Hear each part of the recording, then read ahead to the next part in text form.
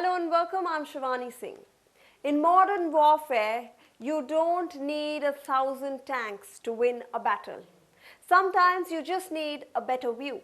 For years, India has watched the growing military ties between Dhaka and Beijing, but with a cautious eye. But today, that eye has moved from the ground to the sky. Bangladesh has just inked a massive deal with the China Electronics Technology Group Cooperation, or the CETC, to build a state-of-the-art drone manufacturing and assembly plant on its soil. This isn't just about buying a few toys, it's about building them, maintaining them, and most importantly for India, flying them right next to our most sensitive borders. So we peel back the layers of this $55 million deal from the Bagura military base to the Siliguri corridor.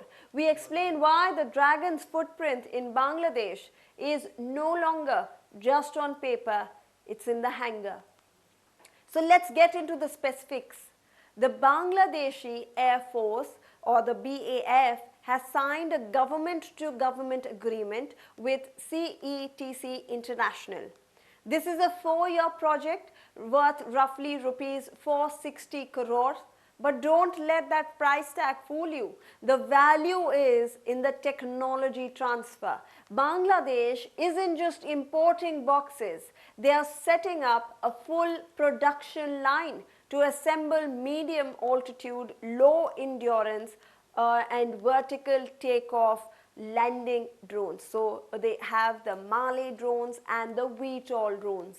So while Dhaka hasn't named the model, intelligence suggests that it is the XY-1, a drone which is often compared to the famous Turkish Bayraktar. Now these drones can stay in the air for 24 hours, perform reconnaissance and carry out precision strikes. By manufacturing these domestically, Bangladesh is moving towards defense self-reliance. But when your partner is a Chinese state-owned firm under US sanctions, self-reliance starts to look a lot like strategic dependency. This deal didn't happen in a vacuum. China has been Bangladesh's primarily defense supplier for decades. According to SIPRI, Bangladesh accounts for nearly 11% of all of Chinese arms exports. So we've seen the tanks, we've seen the frigates and the controversial Ming-class submarines parked at the China-built BNS Sheikh Hasina Naval Base. What's changing in 2026 is the nature of the relationship. It's no longer a buyer-seller dynamic, it's a partner-collaborator dynamic. By embedding Chinese engineers and technicians in a drone factory in Bagura, Beijing is ensuring a long-term, on-the-ground presence in Bangladesh's military-industrial complex.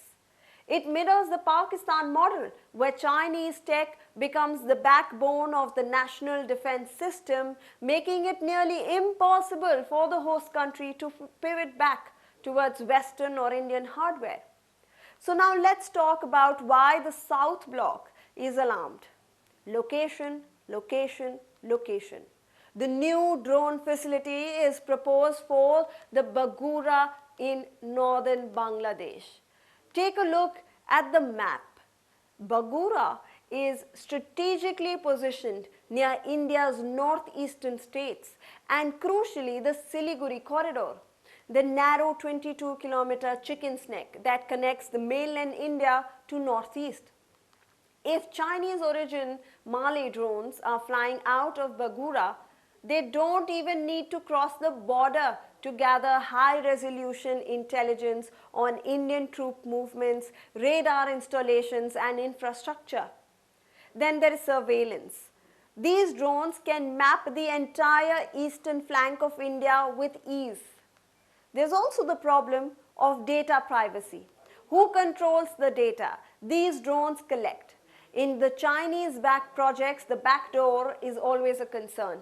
There's also problems of signal interference. Chinese radar units are already present in Bagura.